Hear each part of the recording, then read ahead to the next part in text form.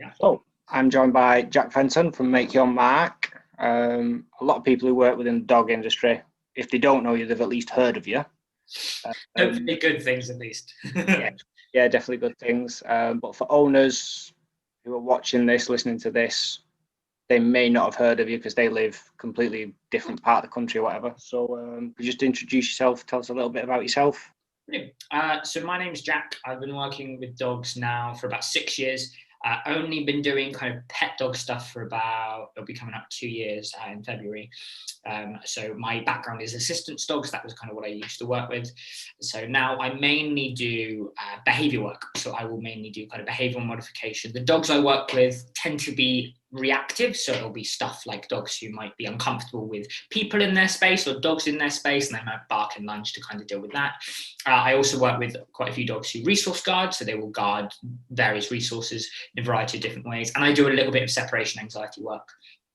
I also do quite a bit of specializing in inter-dog aggression, so two dogs in the same household and how they interact, because that's obviously very, very stressful from the caregivers involved. So that's mainly what I do, with a very, very specific slant on nose work. So that's stuff like scent work, tracking, man trading, all stuff I'm sure we'll get into. But that's my main approach to a lot of those things. It is getting the dogs to use their nose to process things a little bit more. Yeah, that's great. We'll touch on your approach actually first. How I've seen quite a lot of your social media posts where you've mentioned about not going in to sort of stroke the dogs, fuss the dogs, especially in like initial meetings and stuff. Probably a lot of people would have the opposite approach. They want to go and stroke the dog and fuss the dog. How do you find that helps with sort of working, especially with reactive dogs, sensitive dogs, sort of not going straight in for fuss and cuddles and belly rubs and all that sort of stuff? Well, I mean, to start with, from a very pragmatic view, right, it doesn't help my job in any way. Like, it's really nice to have, we both know that having a dog that will be fast and we can have fun with them and stuff is fab, but it's not going to help me being able to pet that dog. Maybe that's a goal for the future with the behavior modification program we put in place. Yeah. But in actuality, my interaction with the dog is fairly limited.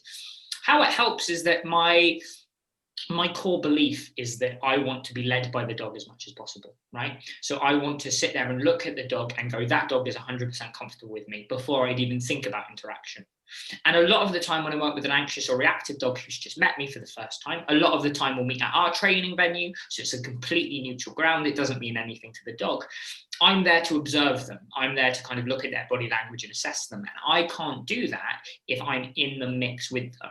But I also don't want to put any pressure on them. The last thing I want is for them to come to a new environment, especially if they're anxious or reactive, and feel unsafe, feel like someone's going to come and encroach on their space. So a lot of the time what I'll do, let's say I was working with an anxious dog who's nervous of people, I wouldn't make a concentrated effort to say hide from them. I would make them aware I was in the area, but I would maintain my distance. And if they came over and sniffed me, I would completely ignore them. So there's some dogs now that I've been working with for maybe 9 months. And this, I want to kind of stress as well, I'm not just talking about dogs that are people reactive, right? Like dogs who might be uncomfortable. I mean, all dogs. So very rarely in the first session or the first couple of sessions do I actively interact with the dogs or fuss them. Sometimes I will, but it's not my default. So when I work with some dogs, as I said, I've been about 9 months that are anxious of people that probably now would actually be super cool with me saying hi with their body language, but I've still not taken that step because it's either unnecessary to what I'm doing, or actually, you know what, I don't need to. Like, I think as a culture, we have a really specific focus on interacting with dogs from a physical point of view, fussing them, engaging with them. And in actuality, it isn't necessary. We wouldn't do that with children. We wouldn't do that with other people out on the street. So why do we feel we have the right and the ego behind it to go and say hi to random dogs? I don't care if I've known these dogs for years. I know plenty of people who I've been friends with for years that I do not just go and give a hug to. And even if I did, I need to check that's okay. I need to know that they're comfortable, because they might not be comfortable with that, even if we are friends. And it's about understanding the boundaries that the dog has and respecting them, so that eventually they can feel more comfortable around me and we can have a good working relationship together. Yeah, definitely. Yeah, I get that a lot with, especially at the minute with Waffle, who I'm working with, the Romanian rescue puppy. Sure. He's super nervous of men. and out on walks and stuff and that, and you ask people to just give you space, and so you can tell the way his body language goes and that. It's like, it's like, oh, but it's a cute puppy. No, you need to respect that he's not comfortable. Yeah. And you can't interact with him just because he's a puppy doesn't give you the right to come over and start fussing him. No, I mean, it's just not good. It's interesting though, isn't it? Right, that you can put all these different things and the I need space stuff on people, and people mean well, right? I think that's important that they explain. Like, people, I don't think ever go out of their way to be spiteful and go, I want to pet the dog. But people just don't understand because it's a cultural thing, right? Like, we've all been that kid, that child who has seen a dog and gone, ooh, and we've wanted to go up and fuss it. And sometimes if we're not taught that actually, don't go and fuss dogs you don't know. Like, any dogs that I don't know, I don't interact with. Really, because I don't know them and they don't know me. So I want to kind of avoid that as much as possible. But I think it really is a cultural thing. And I think the work that you're doing with Waffle is really good because, again, you look at some dogs, right? Like, especially little dogs or really good looking dogs that might not be known for reactivity, right? Like golden retrievers, gun dogs are a huge one that I work with. Yeah. Where people assume, oh, it's a friendly Labrador, or oh, it's a friendly golden retriever or a spaniel or whatever. And you actually look at it and you go, people's perception is so twisted because they'll actively go out of their way to go and say hi to this obviously anxious dog who you kind of say, please don't say hi. And they'll go, no, I'm really good with dogs. Versus, my 15-month-old German Shepherd, who people cross the street or cross out the way to go say hi to, who would have zero issues with having a little chest rub and whatever and be absolutely fine. But it's a really interesting cultural thing, I think. Yeah, definitely. Yeah. On the whole, people are really good when they spot the lead that says nervous and stuff, and you can just tell with how he is that he's not comfortable. But you do get the odd one or two person who just be like, well, he's a puppy and he needs to sort of be socializing and stuff. Yeah, appropriate socialization, and he's not comfortable in this situation, so we're going to move away. We're going to move on. And that's working for him. He likes to have a bit of distance and just judge if he's safe or not. Another thing we'll touch on, you did a podcast around specifically reactive dogs. Mm-hmm. And you had some amazing guests on. You had Dr. Susan Friedman, the Bull Girls, Dawn Heaton, and amongst others. Could you just tell us a little bit about that? Sure. I mean, so one of the key things that I want to do, and that'll hopefully be restarting in the new year, that podcast, is that I was conscious of the fact that, as you know, being a fellow pet professional, there's tons of fantastic podcasts and stuff out there. But there wasn't really one for owners where there was another professional, sat down with another professional and asking people things that owners could understand, because obviously there's a tremendous amount of scientific jargon that we have to get through as pet professionals because we research stuff. But that's not applicable sometimes to the caregivers. So what I wanted to do with that is I wanted to have a space where anyone who wouldn't need to even have really much prior knowledge of dogs or even reactive dogs could sit down and take something away from it. In terms of the guests that I had, I mean, as you've touched on, Dawn Heaton, we talked a lot about trick training and kind of the benefits of that and just working with your dogs. The Bull Breed girls, Diane and Bethany, we talked about the stigma surrounded like Staffordshire Bull Terriers and American Bulldogs, going back to what I was saying about people quite happily coming to fuss a gun dog, even if they're uncomfortable, cross the street when they see Hamilton, my German Shepherd. And, the reputation that Staffies and Bull Breeds get is abysmal when you really think about the kind of diatribe that's thrown around with them, which is a shame. And Dr. Susan Friedman was amazing because we really talked about labels. And I think labels are really fascinating because sometimes I feel like, obviously, I've used labels here with you today, and you have. We've discussed reactivity and anxiety. And the way that Dr. Susan Friedman put it is that labels are a fantastic entry point, right? It starts us climbing up the mountain of our learning journey of understanding our dogs. Yeah. But if we stay with that label, and that's what we fixate on, there can't really be any progress, because if you're working with an anxious or reactive dog, they are either reactive or not reactive, anxious or not anxious. And there's not really a lot of wiggle room when we have such big generalizations. So one of the key things that I always get my caregivers to do when I'm working with them is make a distinction. My dog is reactive when another dog comes into his space when we're outside. My dog is anxious when another dog comes near them when they have a bone. My dog is anxious when I leave him for 30 minutes, right? We have to be specific, because if we're specific, what happens is we can see the progress. We can see that improvement, because as you know, having a reactive or an anxious dog can be quite upsetting. Like, and you can feel like you're banging your head against a brick wall, and you kind of go, are we actually making progress?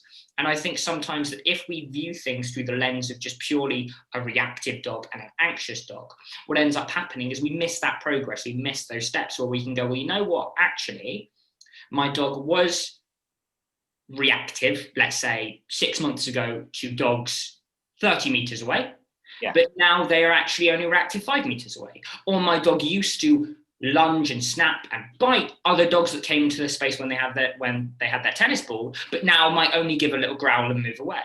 So we can see that there's been that little progression, and I think that's a really important thing that we miss, I think. Yeah, definitely. I think a lot of sort of like caregivers, like you say, at times maybe focus on the terms that are used by dog trainers and behaviourist veterinary teams, like reactive and stuff. But the dog isn't in that state 24/7. It's not constantly spewing out reactive behaviours. It could be a reaction on a walk, but that's it for 2 or 3 days. Or, in the house, it's perfectly chilled out. I think quite a lot of people's, understandably, it's like, well, my dog's reactive, and they sort of come up with this, my dog's constantly reactive, if you like, sort of.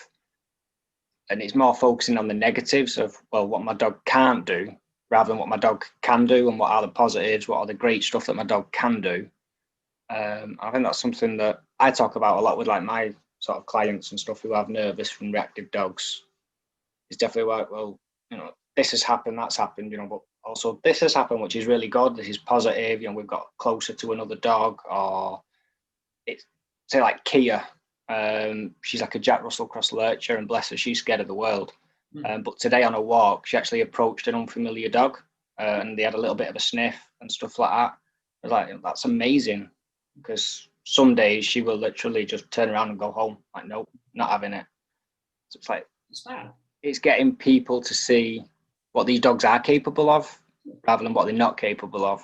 Well, the language that we use is powerful, especially when that language becomes our identity. Like, if you sat here today and I said, Ben, what are you? You might turn around and say you're a dog walker, you're a dog trainer, whatever. But that is just one slice of who you are and one slice of your life. Like, I am, as we've discussed previously, I'm a dog trainer, used to do assistance dog stuff, do behavior modification, have the big slant for nose work. But that's not all I do within the dog training world. That's also not all I do, full stop. I have a variety of interests and things. And it's the same with our dogs. When we boil them down to their one negative trait, if we want to use that term, we can run the risk of that becoming all we focus on with them. When, as you say, they can do amazing things anyway, irrespective of whether they're reactive or not. So, yeah, no, I think it's a good point. And it sounds like you had a really big success today, which is lovely. Yeah, because that dog was a fellow nervous dog. He's walked by another dog walker, and she's got 2 jugs, I think they are, Benji and Jensen, and Kia's okay with them. They're like 2 dogs that she's okay with. But this dog walker's taken on this dog that was found during lockdown. It had been tied up in an abandoned flat for 2 weeks, cigarette burns, hardly any hair. So he had like a little coat and stuff on to hide the missing fur, and he's recovering from his burns and stuff. He wasn't great with men. He had a sniff of me and just sort of walked off. But him and Kia, it was like 2 souls who sort of understood each other's sort of history, nervousness, or whatever, and it was good. It was really good for them. So yeah, it was good. Sounds positive. Yeah, it was quite good, because recently we know that Kia, a recent vet appointment, they discovered that she's getting cataracts on her eyes and her eyesight's failing. Okay. So that's made her even more nervous, and sort of we're adapting her visits. That's fab. That's really good. Massive progress for Kia. Yeah, because she doesn't want to venture too far away from home. Whereas at one point when I first started walking, like she'd walk for miles into the hills and she'd be gone for 2-3 hours. Now it's half an hour. Oh, bless her. But she is sort of estimated, she's around 9 years old. She's a lot older than what she looks. Okay. And sort of her eyesight, and that's going, bless her, as that's playing a part. So we're adapting her care and stuff as appropriate. So you've touched on your scent work, which a lot of people know you for. How do you sort of see scent? Because it's becoming ever more popular, especially with pet dog owners, not just reactive sort of dog owners. How do you sort of feel it helps with like nervous and anxious dogs? I mean, we got to really think about how dogs process things, don't we? And you know, there's a term called umwelt, which is the main sense that we process things. So ours is eyesight, right? We process things with our eyes. With our dogs, it's their noses. And very often what I'll find is that actually, considering how sophisticated and amazing our dogs' noses are, we don't actually use it to our advantage for just general training, but also to help them be more comfortable. So the 3 nose work things that I do are scent work, man training, and tracking. And depending on the dog that I'm working with, I'll recommend one of those different disciplines. So tracking is when a dog follows human scent paired with ground disturbance to find what's known as an article. And all an article is it's like an object at the end of a search or a track. So for a tracking case, it tends to be, say, a glove, a bit of felt, a coin, keys, something that smells like a person. Yeah. And tracking is very similar. So you know how police dogs will do tracking? It's basically that. We use it, I call it free-flowing tracking. So in lots of tracking is about following footsteps precisely. It's a precision type thing. For me, it's less about that and more about just getting the dog to follow a scent and, you know, enjoying it. What's really cool though is because they make positive associations, because all dogs can. I've had dogs who have gone from hating me, like hating me, to within, say, 3 classes coming up, waggling their tail and engaging with me. And I've not done anything. I've not interacted with them. That's the power of their noses, is that because that's how they make really strong positive associations. I tend to use tracking for dogs who might be generally anxious. So I work with a lot of dogs who might, one dog that pops into my head is a lovely spaniel who had a couple of issues with some dogs. And what she would do is she'd go out on a walk and she would say, jump up onto low hanging walls and scan and check stuff out. And keep in mind, she's a spaniel. So the fact that her nose wasn't on the ground the entire time was quite upsetting for her caregiver. So by using tracking and getting her to use her nose in a constructive way, she now goes out and sniffs. And the other day they went to Cornwall, and that's the only behavior modification stuff I've done with them. I've not done any like one-to-one sessions. They're just on my tracking classes. And basically off of that, they've been able to go to Cornwall and she's been playing off lead with dogs at the beach. And now we'll have a reaction, maybe 1 out of 10 dogs that she interacts with, which is huge for her. Man trailing is on lead search and rescue. So a bit different from tracking in the sense that in tracking, you have a track layer who goes and lays a track and leaves an end article at the end. Man trailing, they leave an article at the start, and based off the scent on that article, they go and find the person at the end of the trail. So for example, let's say that I was going to lay a trail for Dita. Once she got advanced, I would say, drop my hat, run away and hide somewhere. You would ask her to sniff my hat, and based off my scent on the hat, she would go and locate the biggest source of scent in the area, which would be me, yeah? Man training is a very intense sport, right? It's a very, very kind of running, go, go, go intensity, which is why it's so good for lots of dogs, because it's very easy for dogs to get into. You start training it by literally waggling some food in the dog's face, as much as they're comfortable with, obviously, winding them up and running off. And most dogs go, ooh, and rugby tackle after you, and you tend to get quite a big jump at the end, and there's a big party. But I've used it with dogs who, you know, have been kind of, I hate to say chronically nervous, but dogs who are nervous of so many different things. Kind of sounds a bit like Dita, and have gone from not approaching people on walks or approaching people full stop to actively going out of their way to go and jump up and say hi. I've had dogs who in one session, because I always trail lay for dogs who have bite histories or are quite severely human reactive, because the cool thing about man trailing is in our sessions we get all the students to lay for each other, just so the dogs get used to different people, but I always trail lay for the reactive dogs. And I had a session with a standard poodle who had bitten 3 men, and by the end of that one session, we'd done 3 trails, I was able to feed him some food, because his body language is super chilled out, because it's that really intense using their nose, really nice positive association. So I use that for dogs who are actually human reactive, to be honest. So that's what I tend to use that one for. There was a story on my instructor's course of a human reactive German Shepherd doing a trail through a train station. Because when you give dogs a focus and a specific drive, everything around them gets positive associations, but they're so fixated on completing that goal that nothing else also matters, if that makes sense. Yeah. Third one, scent work. So that is very much like the drug detection dogs, although I don't train the dogs to look for drugs. So we'll use stuff like cloves or cut up bits of Kong. And that is fab because we can take that on the road quite quickly. So my dog, Kevin, he searches for little cotton buds, and those cotton buds are scented with cloves.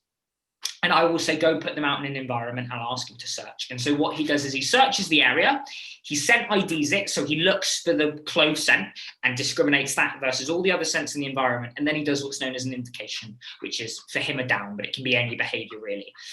And what's really cool about scent work is that you can take that on the road. I've done scent work in places where, say, dogs are nervous of cars or traffic, and we'll do a little search, not super close, but near that area. And they're so focused on that and build such positive associations that it kind of overrides into everything.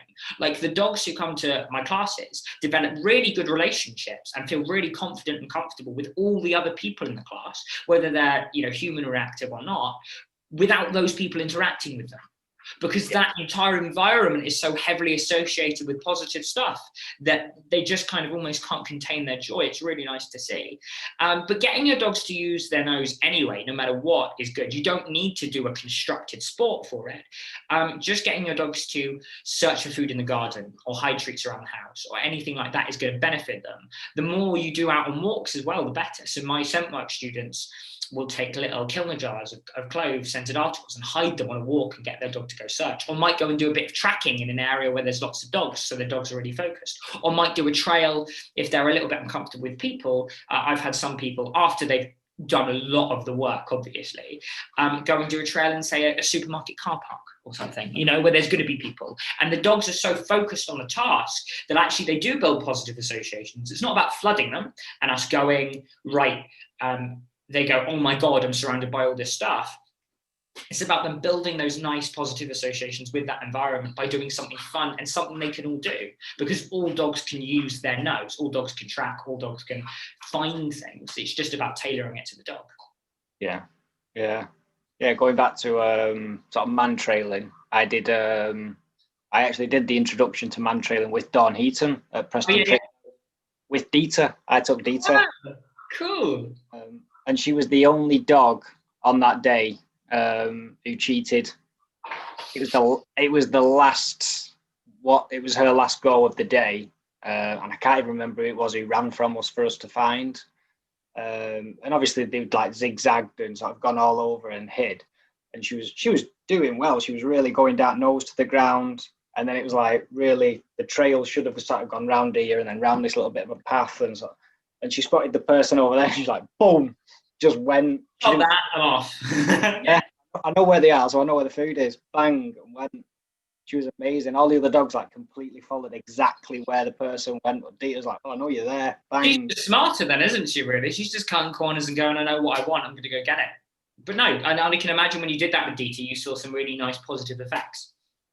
Yeah, it was amazing for her. It was really good. I want to do some more with her, actually. It'd be really good. Because for her, it is other dogs. Yeah. Every now and then it'll be a person. It tends to be males, but you can't really predict it. It's not like tall, bald guy with a leather jacket or like the stereotype descriptions you do get from owners about like, oh, my dog doesn't like men in high-vis jackets or something. Yeah. I don't know what it is, but there's something about certain men that she doesn't like. But I'd like to be more man trailing with her. And to be honest with you, I think nose work is the most powerful behavior modification tool. Just full stop. Like every dog that I do behavior work with, I always recommend they do nose work of some kind. Yeah. Because it does massively help. When you ask some of my students, what has been the game changer for you? What's been the big thing? They tend to say the nose work. And this is above the behavior sessions that I do, because it just provides so much value. It gives dogs an outlet as well, which is so important. Yeah. And you can't understate the positive associations that are made. It's truly remarkable, and it is underutilized, even though it's growing. I think unless every single owner and every single dog is doing a little bit of nose work, I genuinely think it'll always be underutilized, because it's the most powerful tool we can use to change behavior, I think, and the most powerful tool for us to enjoy stuff with our dogs. Yeah, definitely. Yeah, because I've got Toby, who I've nicknamed Turbo Toby. He's 50% working cocker. Dad was working cocker, mum was just normal cocker. And so far he's found 3 people in the woods smoking cannabis. Nice. Never been he's not a trained gun dog, or drug dog, sorry.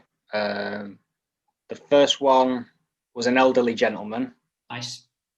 He was walking along the path, and all I was doing really was just hiding treats in amongst, because there's a massive area of it's just full of bricks and pebbles and stuff near the water. So I was just dropping little bits of hidden treats, and he finds them.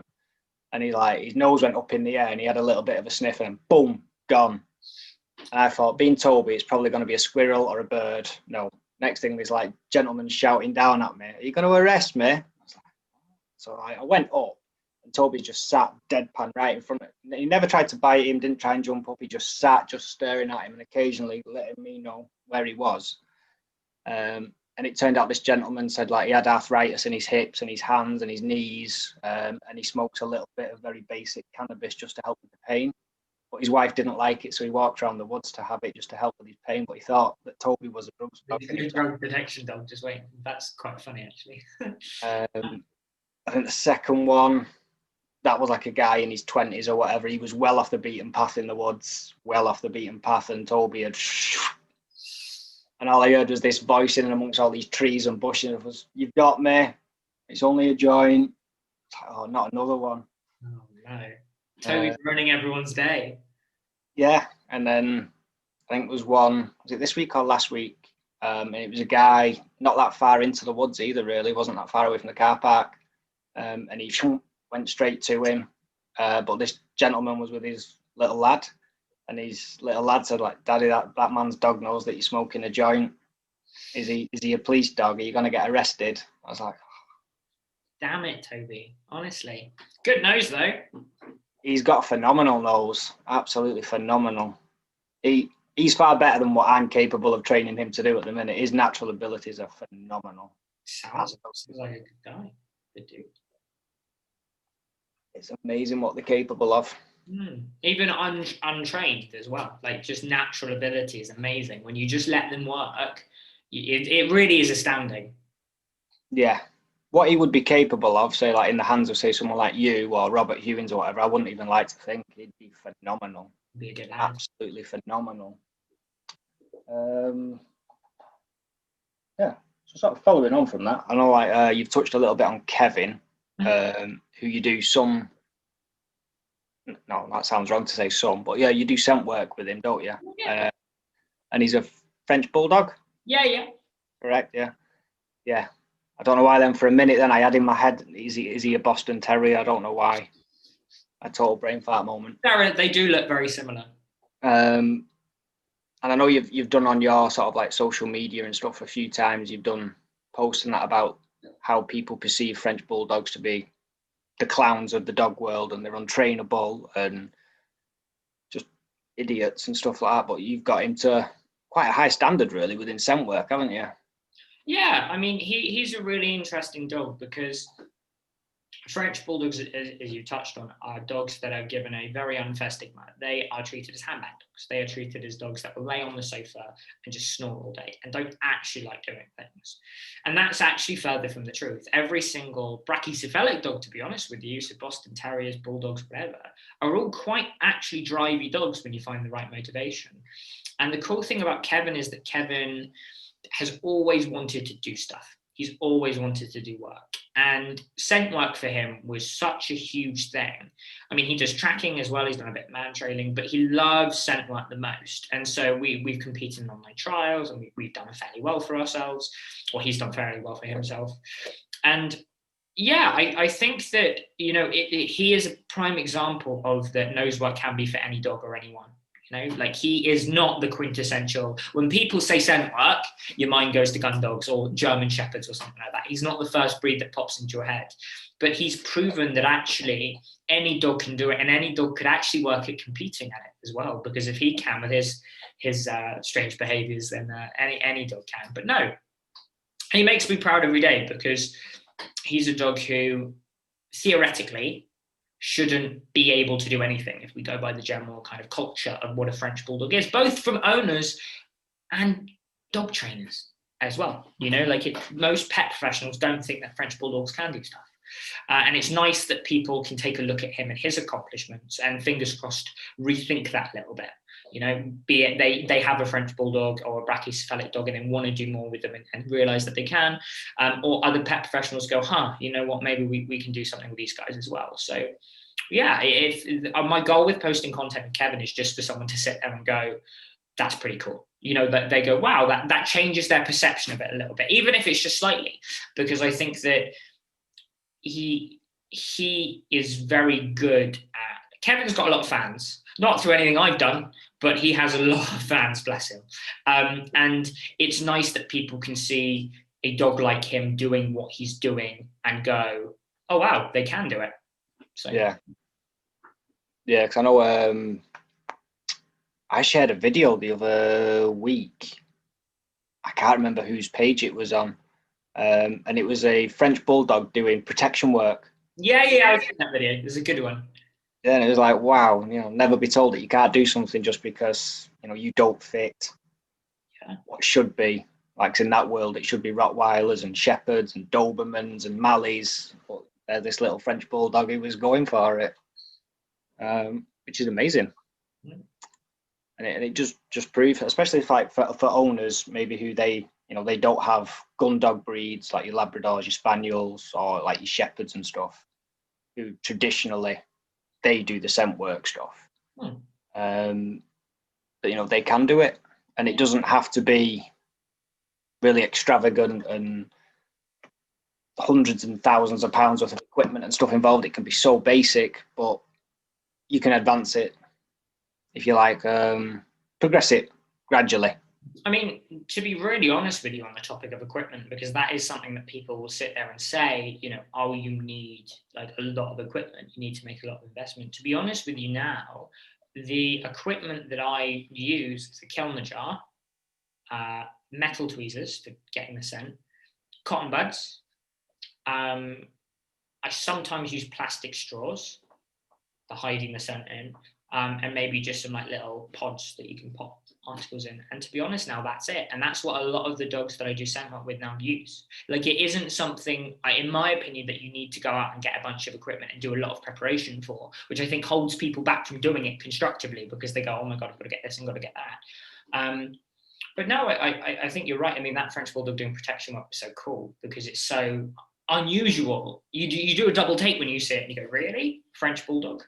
But anybody who is watching this, if you have a dog, they have a nose. And if they have a nose, 9 times out of 10, I won't say all, but 9 times out of 10, they're going to be able to use it. Your dog can do scent work. And it's as simple as that, no matter their age. I've worked with dogs as young as 7 weeks and as old as 18 to do scent work of some description, you know? So it's just amazing. It's just so powerful. It is.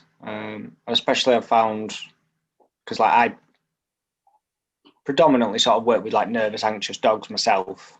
I've found with the scent work side of it, it really it brings their levels down. They're more focused.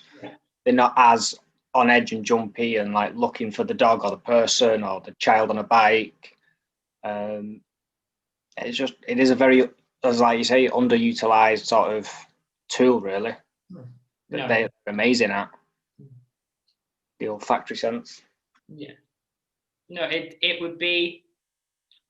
God, I can't even think of an example because their senses are so much more sophisticated than ours are. It would probably be the equivalent of asking someone to navigate through the world blind 95% of the time, you know, and letting them get on. Like, that's the equivalent of it, really. At the end of the day, getting them to use their nose, whether they're processing something that they're anxious of, or they're calming down from an arousing event, or just for fun, you can't beat it. Yeah, it's amazing. It's good. I'm getting hooked on it. The more and more I do it and researching and looking at different people like yourself, Rob, and loads of different people and different techniques. There's someone else. She added me as a friend.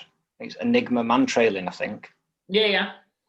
And looking at her process of how she does man trailing and teaching it, and but hers is mainly operational dogs, I think. Another really good one is a lady called Anne McGloon. So she's up in, I want to say Colorado in America, but she's ex-search and rescue, and she does tracking and search and rescue and scent work. I'm doing one of her online classes now, and it's honestly probably my favorite scent work thing that I've done because it's so simple but so effective. Like, Kevin has improved. We've been doing it a week, and he's already improved in 4 days. Like, we've improved on our game, stuff that I was struggling with myself. She's gone in and observed it and gone, change this, change that, change how you reward it, change how much scent you, just stuff like that. And it already, I can feel like by the end of this month, because it's only a 4-week class, Kevin's going to be a far better dog and I'm going to be a far better handler. So she's a really good one to look out for as well. Wow. Yeah. Okay. Was that the lady who was at the UK college seminar?